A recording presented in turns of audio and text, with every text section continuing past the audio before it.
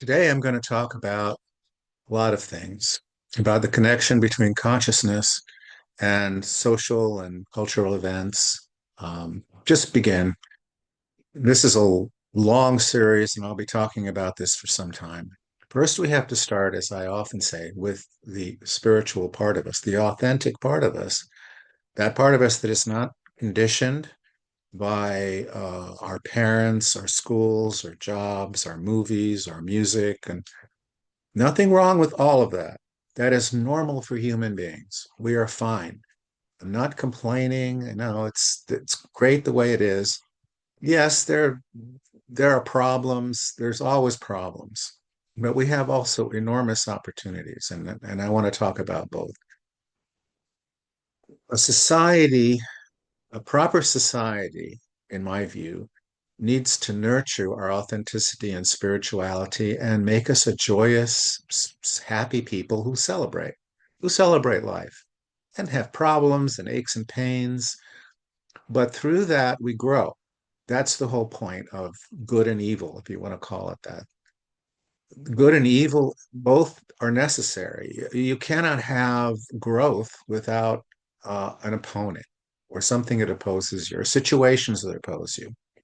As I've described before in sporting events or chess or anything like that, you can't get better. You can't increase your consciousness without having an opponent and acknowledging that opponent. And as they do in martial arts, to bow to them and say, okay, great. You're going to help me find out my inadequacies. Okay, so let's get that good and evil thing straightened out. Evil ultimately is not some ultimate um, force. It is not that at all. It is simply an energy force, which is there, or whoever knows, mysterious reasons, is there to enhance our, I guess you'd say, journey on Earth. In this world, it's hard. And this world is hard because we're here to learn. We're here to grow.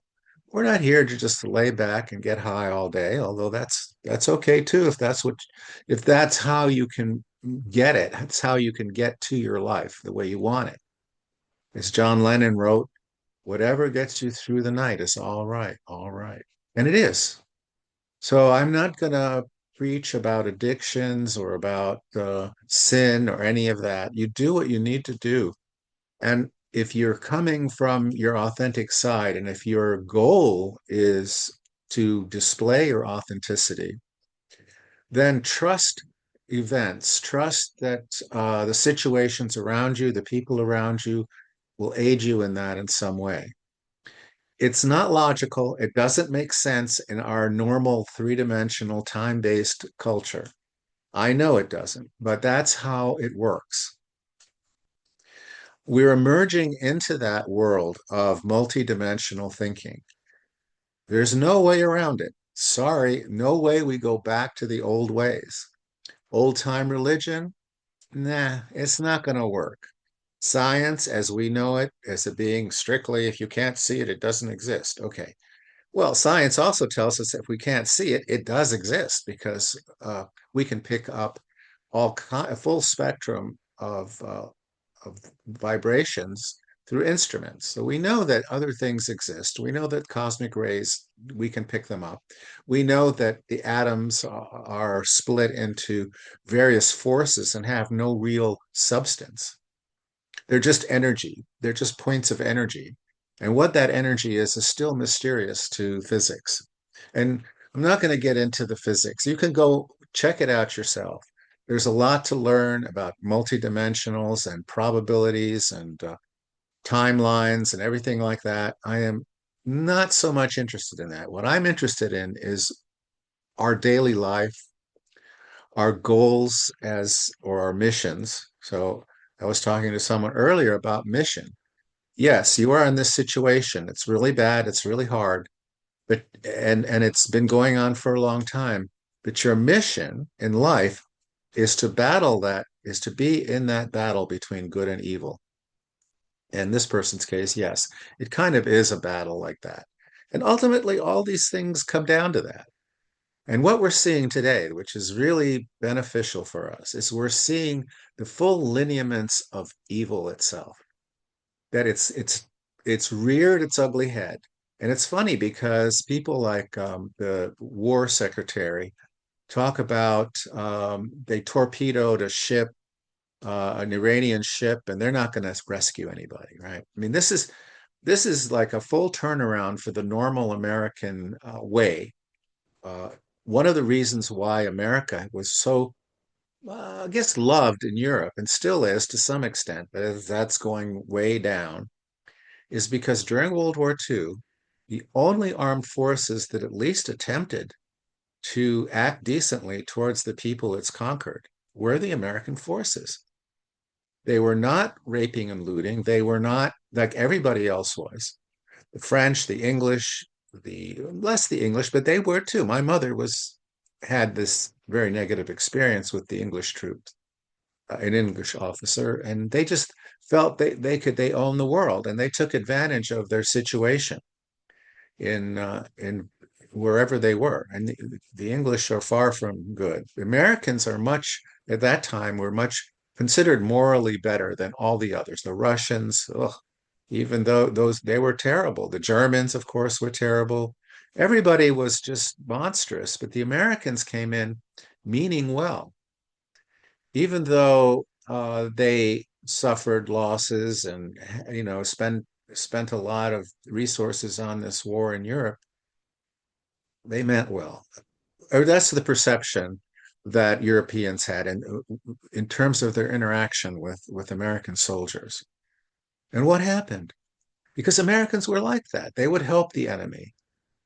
They would treat them at least somewhat okay compared to other countries. And again, it's relative.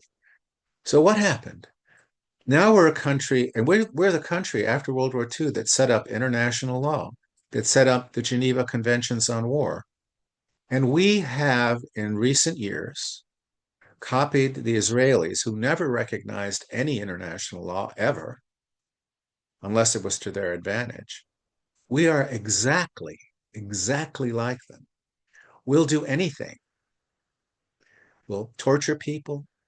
We'll uh, kill massive numbers of people if we need to. We feel we need to, without a conscience. And this is what the new people in with Trump who are honest about it. The people with Biden and Obama and Bush, they were the same, but they were more polite about it. They pretended that they meant well. Well,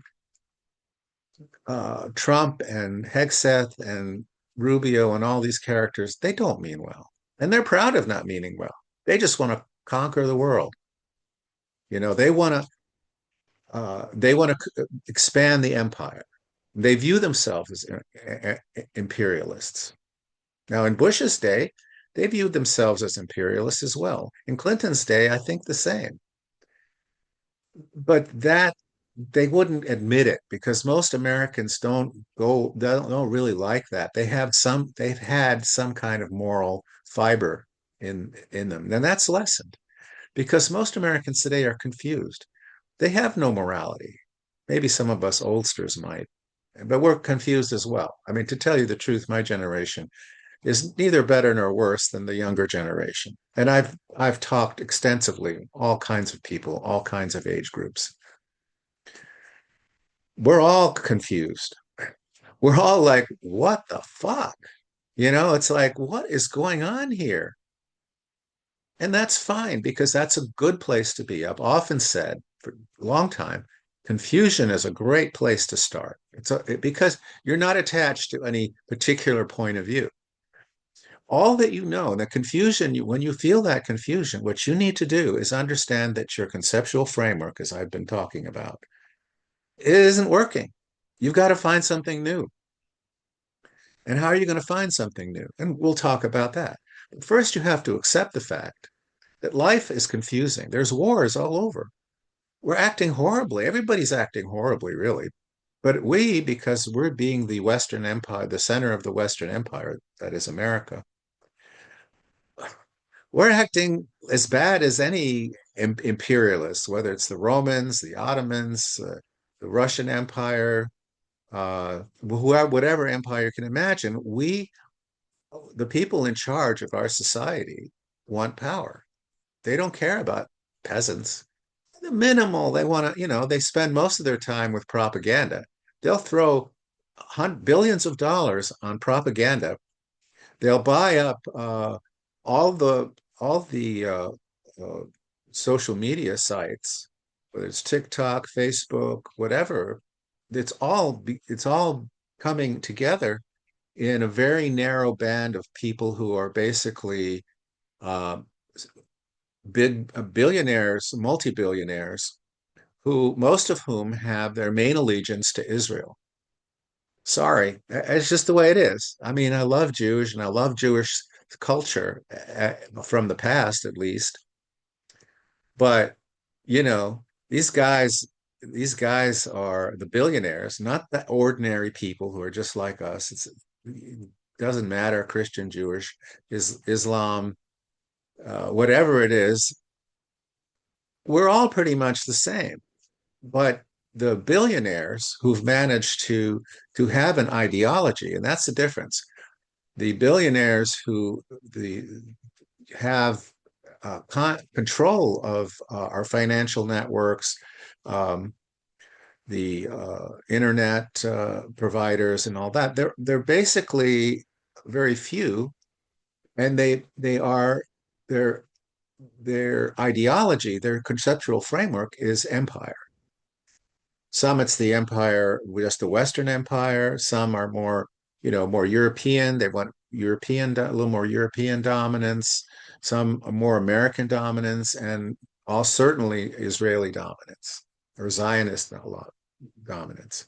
So all these forces are at work. They're powerful. Why are Zionists so powerful? Well, because they're talented people who managed to get hold of many industries, whether it's the media, whether it's finance, whether it's the arms manufacturers, whether it's social media, whatever it is. They worked hard to get to where they are, and over generations, and that's why they have power. Whether they're no matter what their ethnicity. The point is, we have to understand that the ruling elites, particularly with the Epstein files that were released, they're cannibals, many of them. They rape children just to break the barrier. In in their defense, they're doing the same thing I'm trying to talk about here, which is we need to break the old conceptual framework. I prefer not to do it by raping children. I don't see the point of that. I mean, I do see the point of that. It's just to be as nasty as possible, to bring that negative energy from all sides, from the other dimensions, because those other dimensions, when we do things like torture people and get into negative hatred and anger and all the rest, those negative feelings are food for these floating spiritual entities that come in from different dimensions. And the dimensions aren't as separate as you think. Okay. You can see it at times. People who have taken ayahuasca, people who have particularly people who have done massive doses of LSD, you've seen that as well, that there's these other dimensions. You don't understand it because it's a confusing. These are confusing drugs that kind of get a sense of what's what, but it's so confusing and so prone to all kinds of uh, different forces that you really can't control, or it's not predictable. I prefer the old-fashioned meditation way myself, although don't object to any substances you might want to take. Occasionally, I'll take something, but it's only for particular situation. But for the most part, let's just live our lives as naturally as possible. A little this and that helps to get us through the night. Some people like drinking alcohol. I prefer the cannabis myself because its energy is more palatable to me. It makes sense, and other people, it's other drugs. I don't take it very much, but it's occasionally you try to change your point of view, which is very important in today's world, because that's what we need to do. We need to, in a positive way, change our point of view. And that positive way is contrary to the evil that the ruling class, the ruling elites, the Satanists, the evil people who do horrible things to anybody, children or babies or whatever it is. This is why we want to be to see the positive side in contradistinction to this evil shit that's going on. And the more that evil shit comes up, this horrible war in Iran, which who knows how many people are going to die, with uh, just enormous amounts of destruction going on of buildings, of people, of their lives. You'll have refugees. You'll have economic problems if the oil and gas natural gas exporters can't export their gas through the Straits of Hormuz or through the Suez Canal. Whatever it is, this is going to affect us deeply. And we need to open our eyes as to what the problem is. The problem is within us. So some of the people I've known, they do this inner work. The inner work is very important.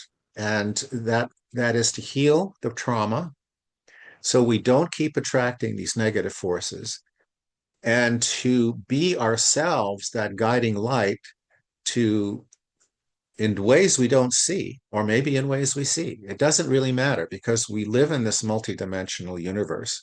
It does not matter.